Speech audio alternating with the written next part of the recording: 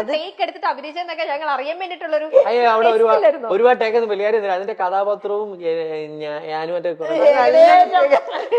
മദ്യപാനിയാണ്.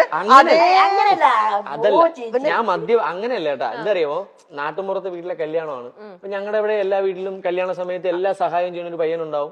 അത് നമ്മളെ പ്രായത്തിലൊക്കെ ഉള്ള ആരെങ്കിലും രണ്ടെണ്ണം അടിച്ചിട്ടൊക്കെ ഉണ്ടാവും. അതുകൊണ്ട് ഇവരെയൊക്കെ ഞങ്ങൾ കണ്ടിട്ടുള്ള ആൾക്കാരൊക്കെ തന്നെ. അതുകൊണ്ട് ചെയ്ത ക്യാരക്ടറിൽ ബാത്റൂമിനകത്തിരുന്ന് കള്ളുപിടിക്കുന്നു. നീ അവിടെ ചെയ്തിട്ടുണ്ടോ അത്? എവിടെ ബാത്റൂമിനകത്തിരുന്ന് കള്ളുപിടിക്കാം? കള്ളുപിടിക്കാറുണ്ടല്ലോ.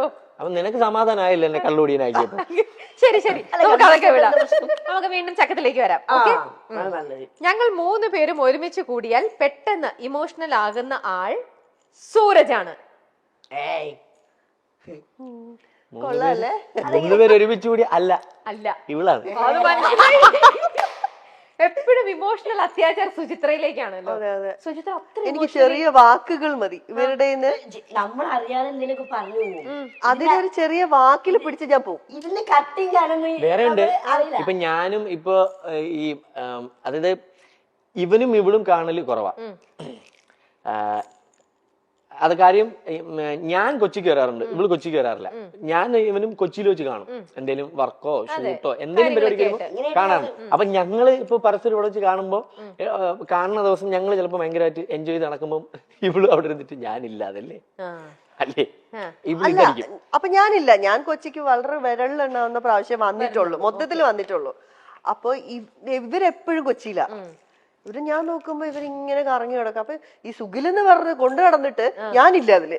അല്ല, അവിടെ അവര് നോക്കുമ്പോ ആയല്ലോ ഇത് സൂരജും അഖിലും. അപ്പൊ ഞാനിവിടെ ഞാൻ ഈ സുഖില് ബാലൻസ് ചെയ്യുന്നുണ്ട്, അത് ശ്രദ്ധിക്കും. അല്ല, എന്നാൽ ഇപ്പൊ ഈ അഖിലെ ഏറ്റവും കൂടുതൽ എന്ത് പറഞ്ഞായിരിക്കും ഏറ്റവും കൂടുതൽ ഹേർട്ട് ചെയ്തിരിക്കുന്ന സുചിത്രക്ക്? ഞാനോ?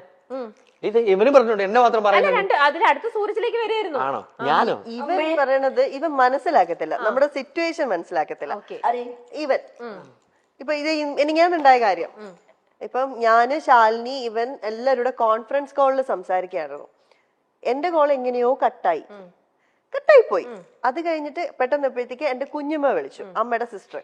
അപ്പോഴത്തേക്ക് ഈ കോള് കട്ടായി പോയി. അപ്പൊ ഞാൻ വിചാരിച്ചു കുഞ്ഞമ്മല്ലേ, ഒന്ന് എടുത്തിട്ട് തിരിച്ച് കണക്ട് ചെയ്യാം. വിളിച്ചു, കോൾ എടുത്തു. ഞാൻ പറഞ്ഞു കുഞ്ഞമ്മ ശരി, 1-2 വാക്കുകൾ പറഞ്ഞു, ശരി. അപ്പോഴത്തേക്ക് ഇവൻ വീണ്ടും വിളിച്ചു.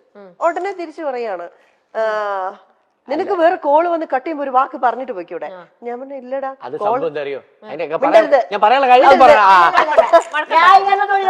മിണ്ടരുത്.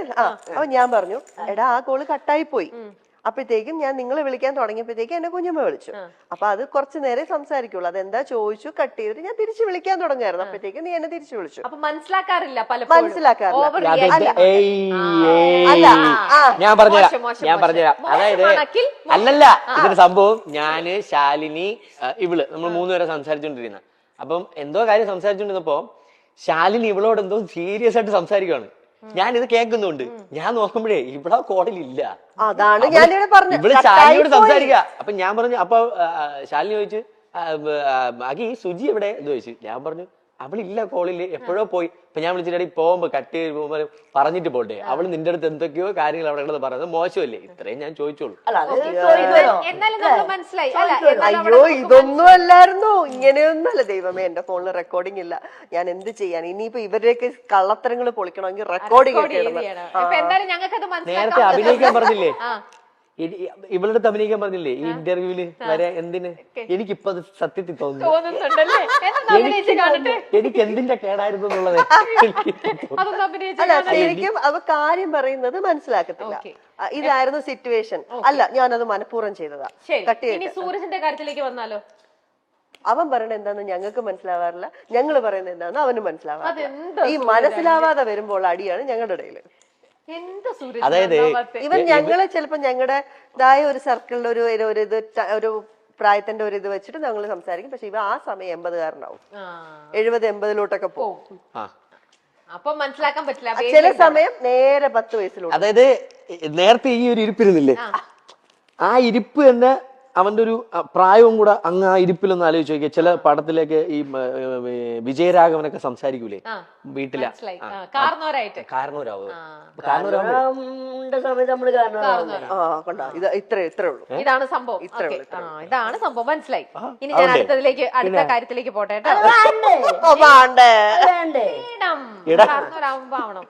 മനസ്സിലായി ഒരു കത്തിൽ മനസ്സിലായോ മനസ്സിലായി. ആ ഇനി